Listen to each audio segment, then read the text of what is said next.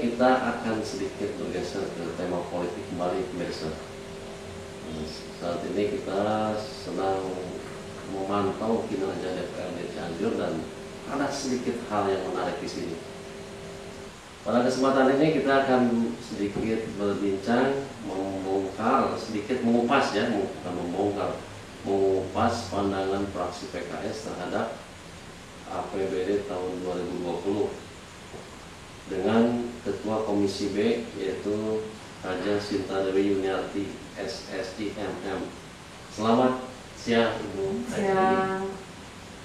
Ibu, saya panggilnya Ibu ya.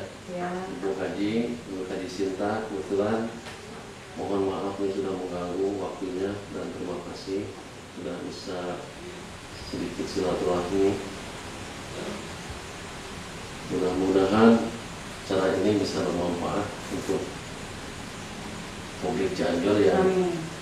Yang kalau saya lihat sih di khususnya saya sebagai admin di rumah bersama orang Cianjur, ternyata di Cianjur sudah banyak yang mendambakan perubahan-perubahan. Cuman kenapa gitu harapan-harapan tersebut agak sulit ternyata direalisasikan di Cianjur ini.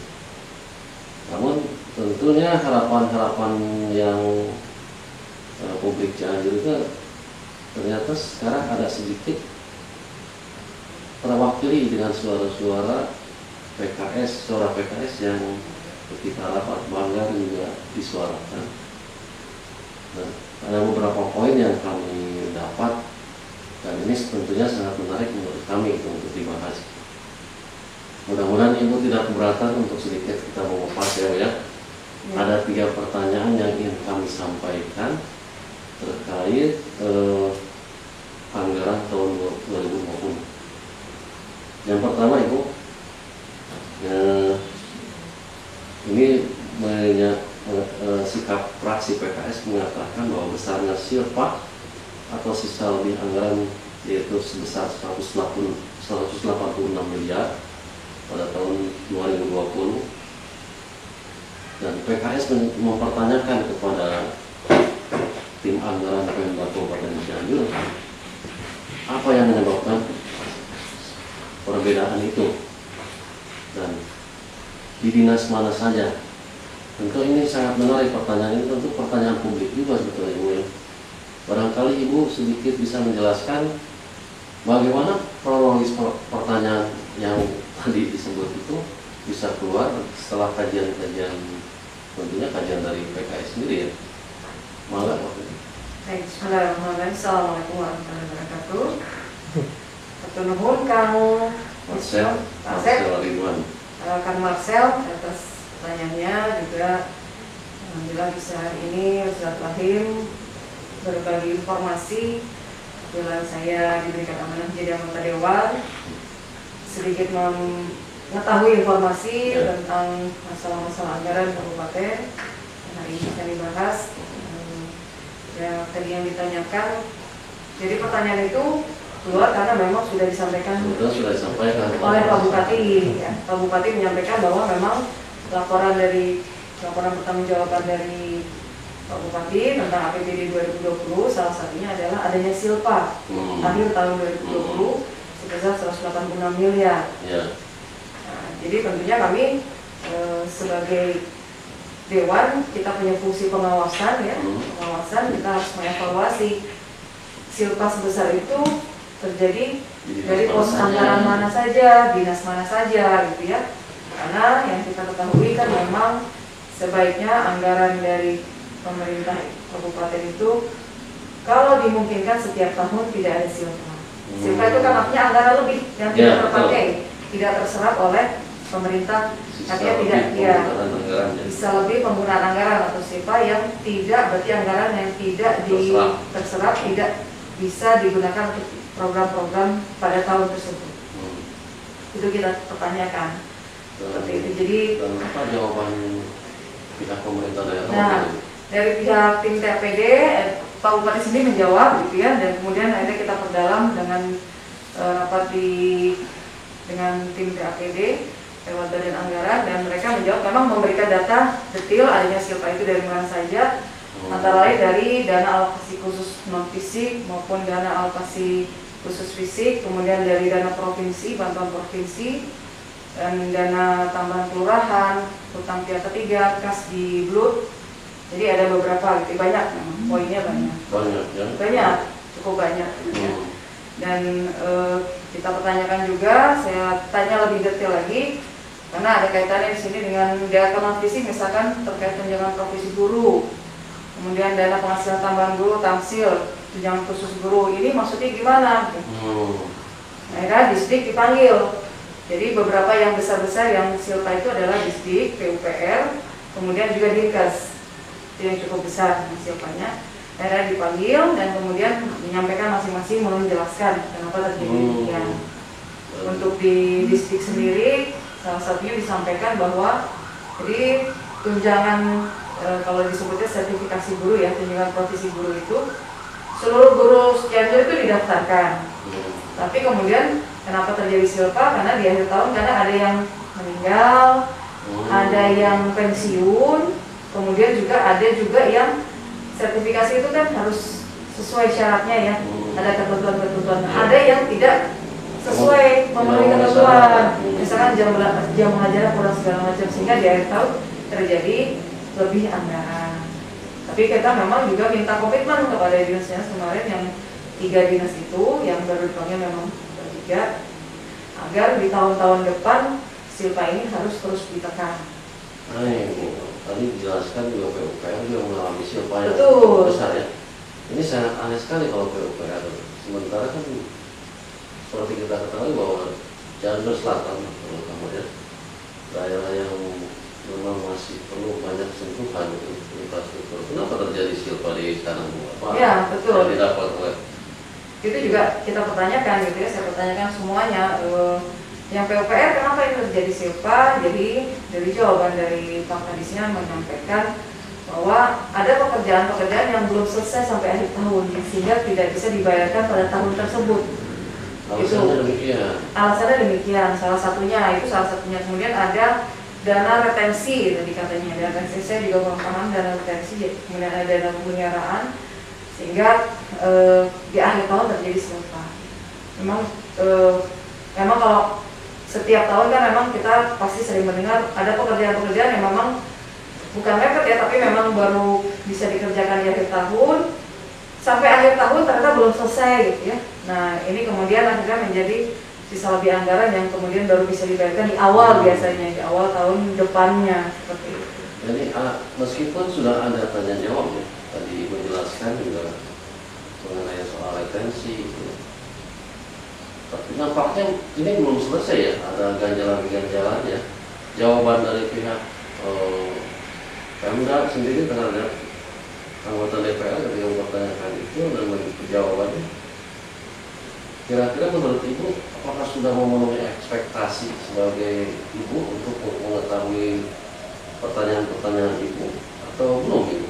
Ya, secara pribadi saya tentunya masih belum puas gitu ya. Tapi ya, memang karena kita tidak punya banyak waktu di badan anggaran, memang akhirnya ya ini akan diperdalam lagi nanti artinya diperdalam, kemudian diawasi lebih lanjut, evaluasi di komisi yang terkait masing-masing. Jadi yang kemarin terjadi itu belum akhir dari segalanya, tetap masih ada proses lanjutan. Ya, saya minta kepada komisi masing-masing yang memang menjadi mitra dari komisi dari dinas-dinas tersebut untuk lebih mengawasi secara intensif dinas-dinas terkait agar tadi utamanya jangan sampai terulang lah gitu di akhir tahun 2021 ini, jangan sampai ada lebih anggaran 186 miliar yang cukup besar gitu ya. Sementara dinas-dinas sendiri kalau ketika kita rapat dalam komisi-komisi itu mengeluh karena kekurangan anggaran kan gitu. Jadi walaupun memang ya dana sebesar ini 186 miliar, kalau sebelum di sisi lain mereka suka mengeluh kekurangan anggaran, tapi di sisi lain juga ada itu makanya yang tidak cocok ya. Ya, makanya kita minta mereka pada komisi-komisi tolong diawasi betul kinerjanya gitu kan, harus didorong terus kinerjanya, harus benar-benar bisa efektif menyerap anggaran. Kalau kita kan di organisasi biasanya kekurangan anggaran ya Pak ya. Kita mau bikin kegiatan kekurangan anggaran. Kalau saya juga berpikirnya ini ada anggaran gampang gitu ya, tinggal ngabisin mah gampang menurut saya di pribadi ya gitu ya. Yang bukan eksekutif gitu ya. Nah ini kok kenapa harus jadi malah ada lebih gitu ya.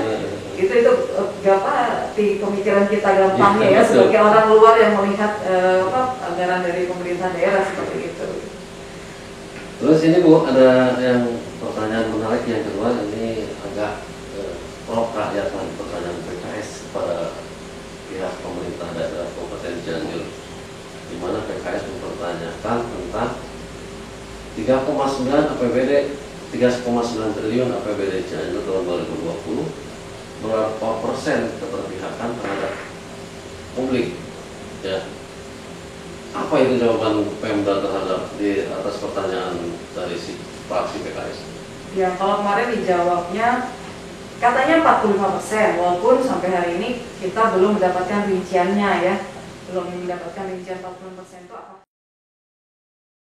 Itulah saya juga belum sempat menghitung lagi, karena setahu maksudnya kita 45% itu dari 3,9 triliun 45% untuk program kemasyarakatan. Jadi kan yang kita tanyakan dari 3,9 triliun itu berapa program yang langsung berkaitan dengan masyarakat.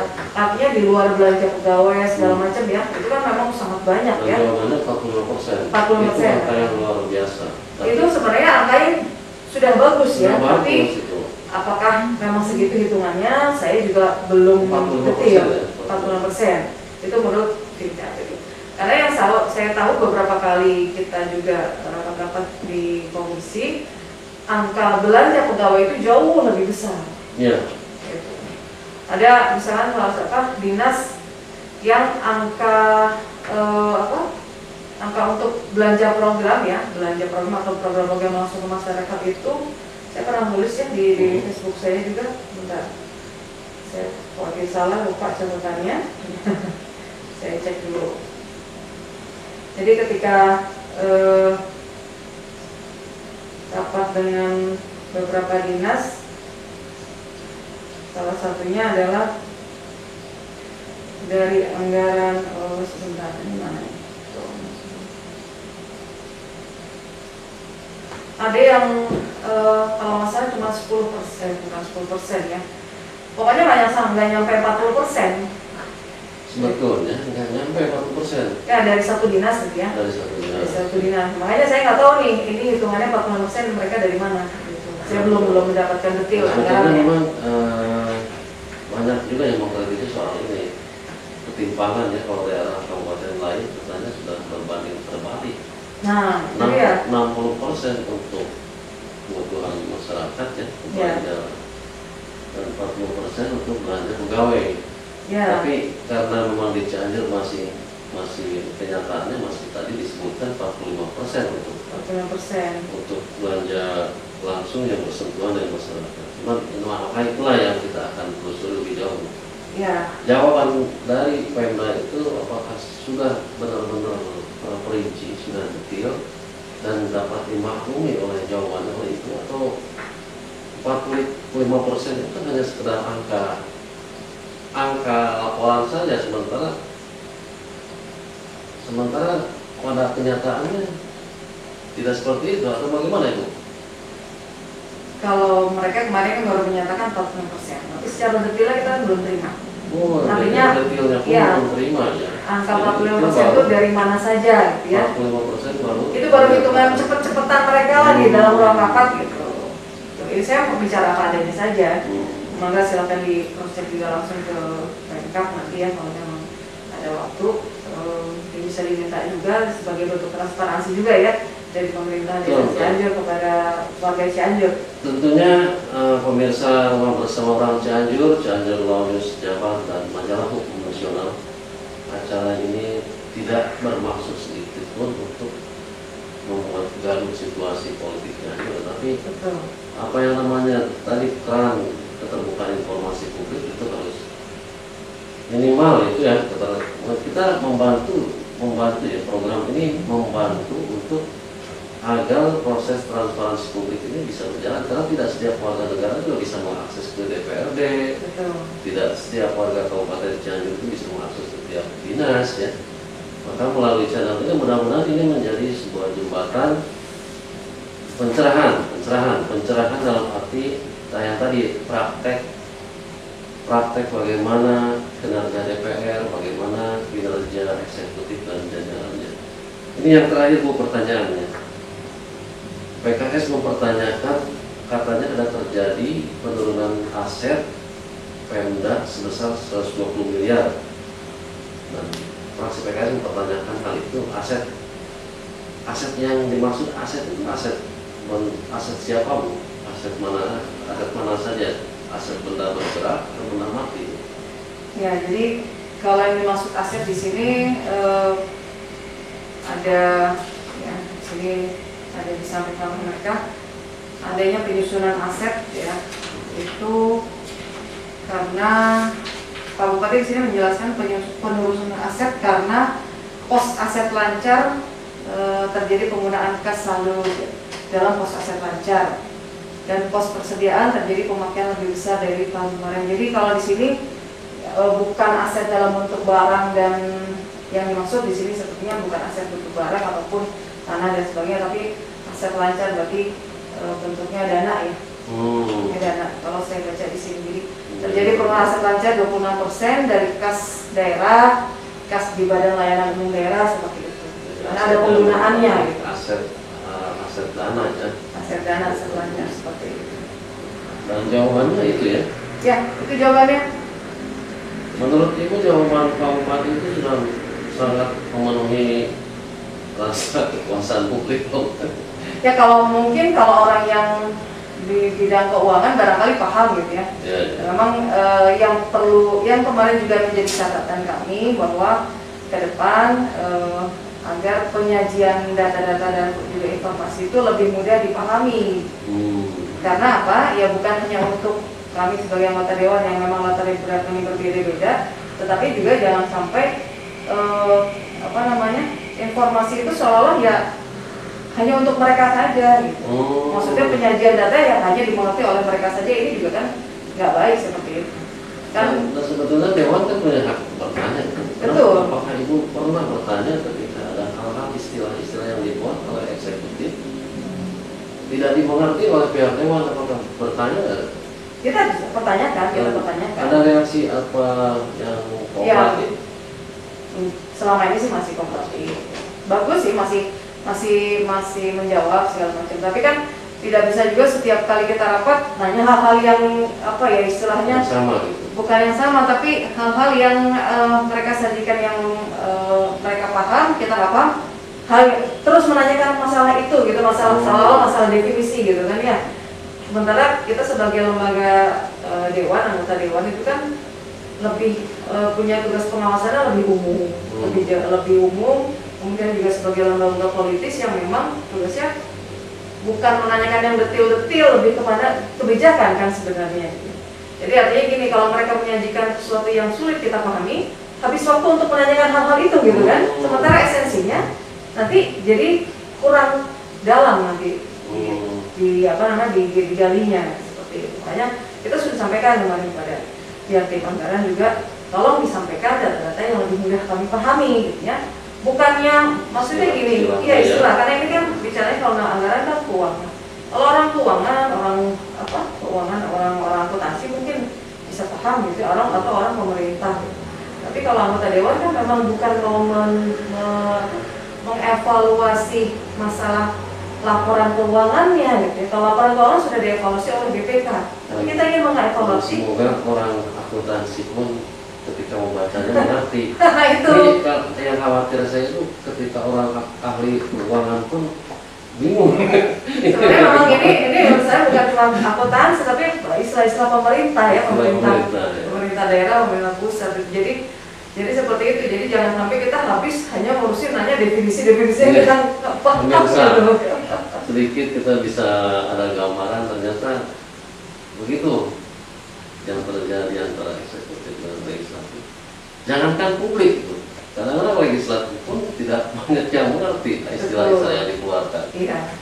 Makanya kita beberapa kali terus mendorong, baik kami di rapat komisi maupun di rapat-rapat ya, baik bangga dan sebagainya, bikin laporan yang mudah kita baca, karena kita akan mengawal kebijakannya nanti seperti apa gitu kan. Dinas-dinas misalkan ini kebijakan pengawasan, kita kan bukan pengawasan program detailnya, bukan pengawasan anggaran yang 10.000 ini apa-apa, bukan, tapi kebijakannya seperti apa, pengawasan secara umum, penyerapan anggaran dan sebagainya gitu ya. Memang Bu, sepertinya harus dulu ada tim dari DPR itu, tim ahli untuk mengkaji bahasa-bahasa yang dianggap unik itu. Ya, karena barangkali dari sana itu ada khawatirnya dugaan publik itu banyak. Ini konspirasi permainan nah itu dia ya. Ini bukan permainan dengan merangkai kalimat yang susah dimengerti, padahal tujuannya ke sana juga katanya. Betul, memang nanti ke depan sudah juga pernah kita usulkan kepada pimpinan Dewan agar DPRD itu punya tim ahli, gitu. Sehingga tim ahli khusus keuangan, misalkan tim ahli khusus anggaran APBD gitu ya. Karena tadi seperti kemarin dalam rapat-rapat yang anggaran itu kan kita diberikan 2 bendel buku yang tebalnya segini, 2 bendel, dan itu kita diberikan waktu cuma kurang dari seminggu untuk membaca angka-angka dan uraiannya. Ya bayangkan gitu ya, jadi belum tentu orang akuntansi juga bisa, apalagi kita yang bukan orang keuangan gitu. Memang betul, kita sudah usulkan pada pimpinan DPRD untuk punya tim ahli. Untuk terkait hal-hal yang kritis seperti hal seperti ini ya, dan berkaitan paling utama memang soal APBD gitu. Juga terkait program-program ke depan. Baik Ibu, terima kasih atas interaksi yang cukup menambah wawasan. Menurut kami sih ini sangat perlu ini perbincangan ini ya. Jangan hanya sekali. Betul. Silakan. Pencerahan kita semua tadi yang banyak menyuarakan tentang partisipasi publik, tentang apa tadi perwujudan tentang keterbukaan informasi publik juga. Mudah-mudahan acara ini bisa membantu ya. Dan menurut Ibu, mudah-mudahan apa yang kita lakukan mudah-mudahan didukung ya sama Ibu ya. Iya, insya Allah. Dan ini channel tidak akan sekali, mudah-mudahan Ibu juga tidak kapok.